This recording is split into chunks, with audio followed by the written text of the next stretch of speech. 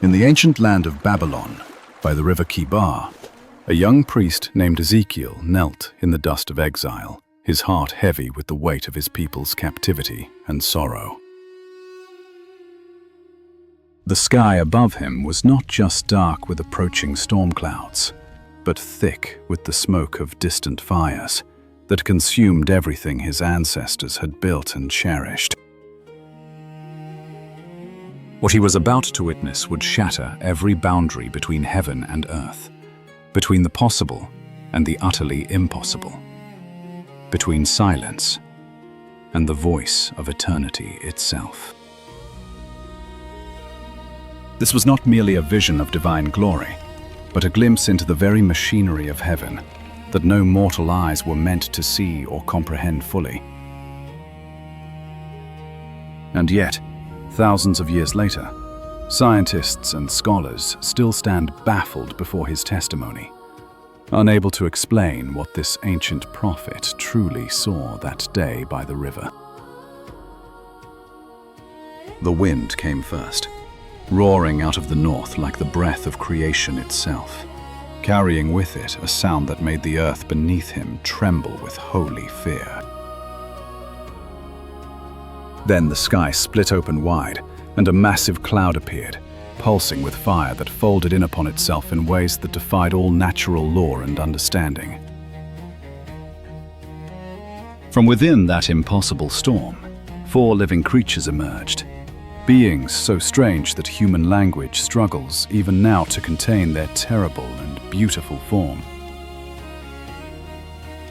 Each creature had 4 faces, looking in every direction at once. The face of a man gazing forward, the face of a lion burning with fierce majesty to the right.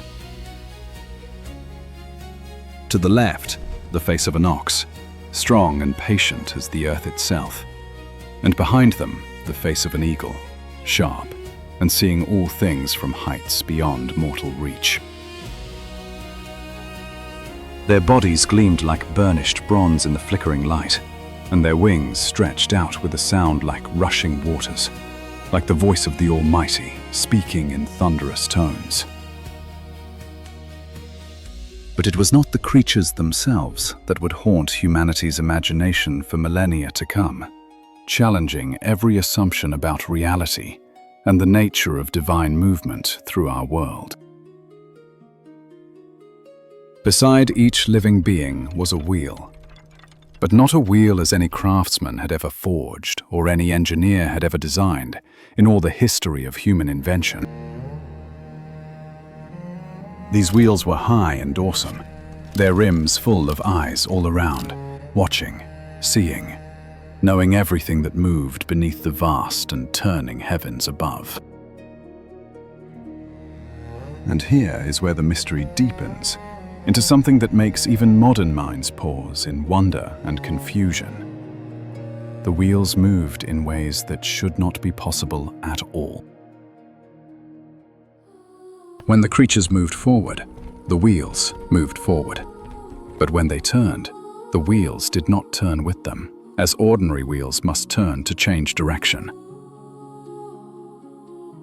Instead, the wheels moved sideways, backward, in any direction instantly, as if they existed outside the normal laws of motion and physics that govern everything we know and understand.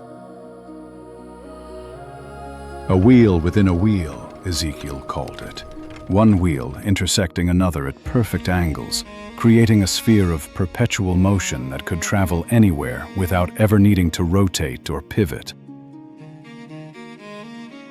Have you ever seen something so strange, so beyond explanation that your mind simply cannot find a category to place it in, cannot find words adequate to describe its impossible nature? The spirit of the living creatures was in the wheels, Ezekiel wrote, as if the wheels themselves were alive, conscious, moving with purpose and intelligence beyond mere mechanical function. Wherever the spirit wanted to go, they went, and the wheels rose up beside them. For the spirit of the living creatures was in the wheels, binding them in perfect unity. Above the heads of these beings stretched an expanse, glittering like crystal, like ice formed from the very substance of heaven itself, separating the earthly from the divine realm. And above that expanse was a throne, brilliant as sapphire, and seated on that throne was a figure with the appearance of a man, but surrounded by fire and radiance beyond description. This was the glory of the Lord, and when Ezekiel saw it, he fell face down in the dust, unable to stand before such overwhelming majesty and power and holiness. For centuries, scholars have tried to explain away this vision as mere symbolism, as poetic language, as the fevered dream of a man broken by exile and grief and loss. But Ezekiel's account is too precise, too detailed, too consistent with itself to be dismissed as simple metaphor or the ramblings of religious ecstasy without substance or meaning. He describes measurements, movements, colors, sounds, and mechanical details with the careful eye of someone who is desperately trying to communicate something real that he has actually witnessed with his own eyes. In our modern age, some have looked at his description and seen something that sounds eerily familiar. A craft, a vehicle, a technology so advanced, it might as well be magic. The wheels within wheels, moving in any direction without turning, full of eyes like sensors, responding instantly to the will of the beings who controlled them with perfect precision and coordination. The noise like rushing waters, the gleaming metal, the fire that folded in upon itself, the ability to rise up from the earth and move through the sky with effortless power. Could Ezekiel have been describing something that his ancient mind had no framework to understand, translating advanced technology into the only language he had, the language of divine mystery and wonder? Or was this truly a vision of the throne room of God, a glimpse behind the curtain of reality into the realm where angels move and heaven touches earth?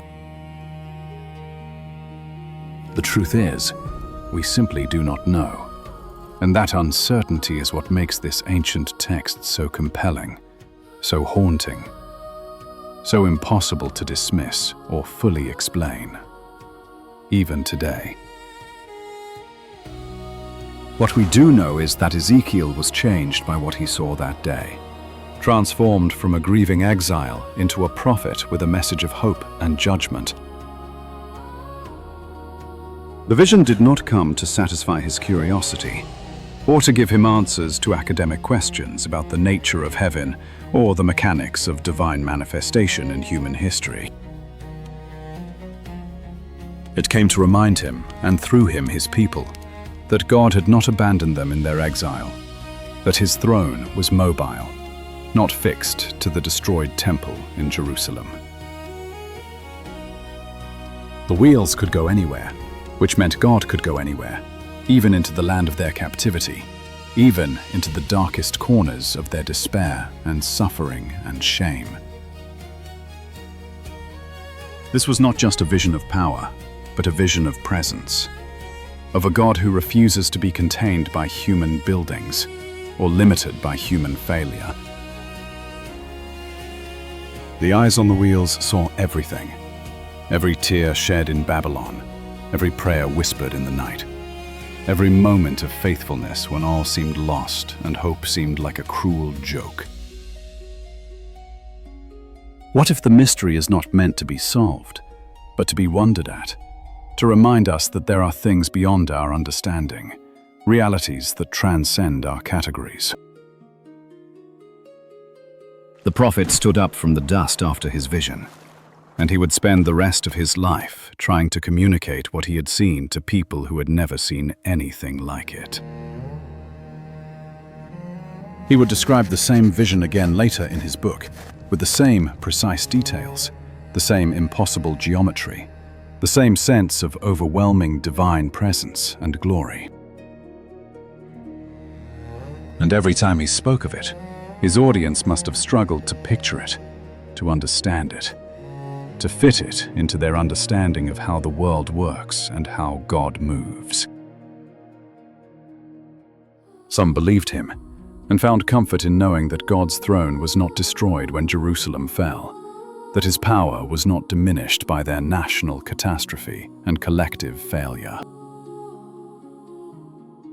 Others surely dismissed him as mad, as someone whose mind had been broken by trauma, who was seeing things that were not there, who was clinging to false hope in a hopeless situation.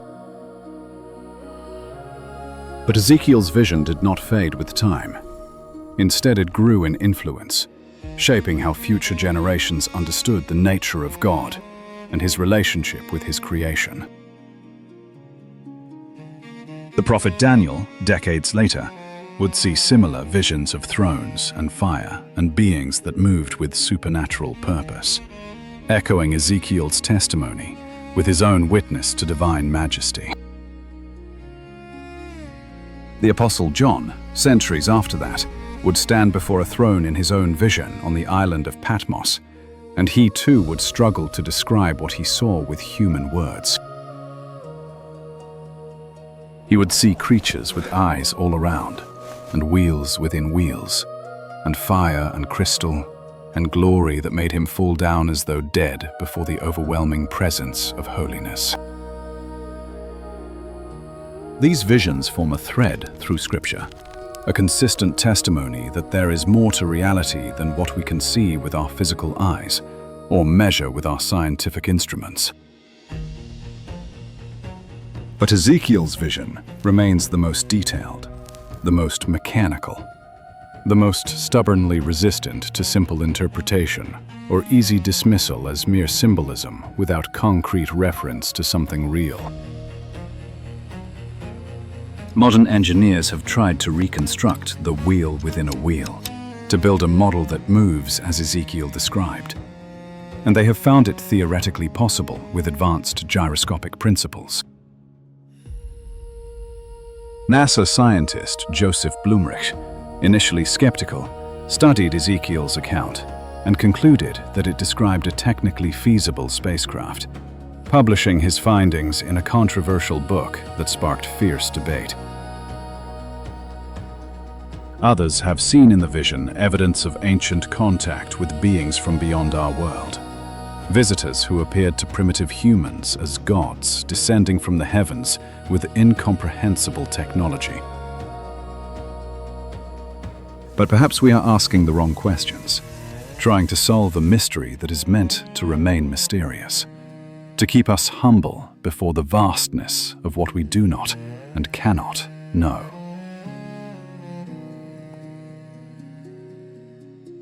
What if the vision is both real and beyond our categories, both physical and spiritual, both technological and divine, operating on principles that our current understanding cannot bridge or reconcile fully? The wheels moved because the spirit of the living creatures was in them, Ezekiel insists, linking mechanics and consciousness in a way that our materialist age struggles to comprehend or accept.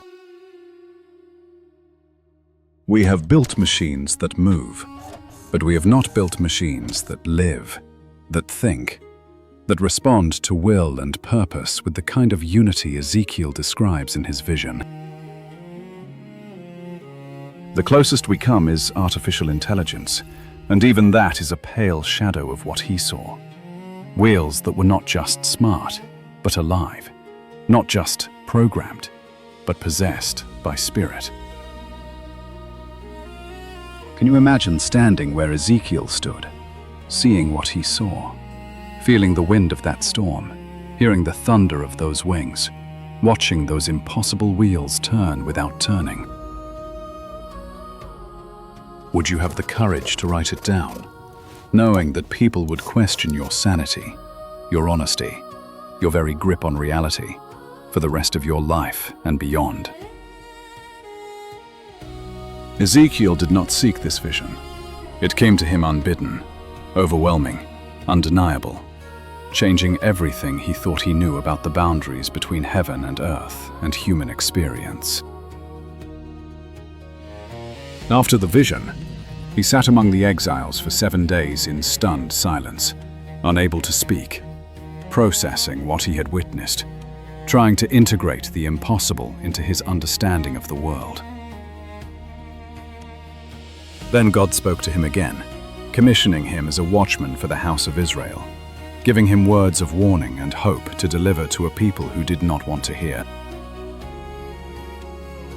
The vision was not the end of his prophetic experience, but the beginning, the credential that authorized him to speak with authority about things he could not have known through ordinary means. Throughout his ministry, he would perform strange, symbolic acts, lie on his side for hundreds of days, shave his head, dig through walls, all to communicate God's message to a stubborn people. But nothing he did would ever match the strangeness, the power, the sheer, overwhelming otherness of that first vision by the River Chebar, when the heavens opened and he saw what should not be seen. And the question remains, hanging in the air like smoke from an ancient fire. What did Ezekiel really see that day by the river in the land of exile and captivity? Was it a glimpse of heaven's throne room? A revelation of how God moves through his creation with power and purpose and perfect awareness of every detail of human existence? Was it an encounter with technology so advanced that it appeared magical? A visit from beings whose understanding of physics and reality dwarfs our own most sophisticated scientific achievements and theories? Or was it something else entirely? Something that transcends our categories of natural and supernatural, physical and spiritual, explainable and mysterious, known and forever beyond our grasp. The wheels within wheels continue to turn in our imagination, moving in impossible directions, full of eyes that see what we cannot see, driven by a spirit we cannot fully comprehend or control. They remind us that the universe is stranger than we think, deeper than we know, more mysterious than our confidence in human reason and scientific progress would sometimes have us believe. They challenge our assumption that ancient people were primitive, that they could not have experienced or witnessed anything beyond what we in our modern sophistication can explain or replicate with our technology. And they invite us to consider the possibility that there are layers of reality we have not yet discovered, dimensions of existence that our current instruments cannot detect or measure accurately. What Ezekiel saw that day was real to him, real enough to shape the rest of his life, real enough to risk his reputation and credibility by writing it down in precise detail. Real enough that it has captivated and puzzled readers for 26 centuries, inspiring art and music and endless speculation about the nature of divine presence and cosmic mystery. Real enough that even skeptics must pause and wonder why this ancient text sounds so much like a technical report, so much like an eyewitness account of something genuinely unprecedented and shocking. Perhaps the greatest miracle is not the vision itself, but the fact that it was preserved, written down, passed through generations, surviving exile and war and the endless erosion of time. Perhaps the mystery is meant to remain, to keep us humble, to remind us that we do not have all the answers, that the universe is under no obligation to make sense to us. The wheels within wheels still turn somewhere beyond our sight, moving through dimensions we cannot map, carrying a throne we cannot approach, driven by a spirit we cannot command or fully understand. They move wherever the Spirit wills them to move, and they are not bound by our expectations, our theologies, our scientific models, or our desperate need to explain everything in terms we can control. And perhaps that is the point, that God, or whatever ultimate reality lies behind Ezekiel's vision, is free, mobile, unlimited by our comprehension or our carefully constructed boundaries of possibility. The vision came to a man in exile, far from home, surrounded by the ruins of his people's hopes and dreams, and it told him that God was not trapped in those ruins. It told him that the divine presence could go anywhere, see everything, and respond with perfect wisdom and justice to every situation, no matter how dark or desperate or seemingly abandoned by heaven.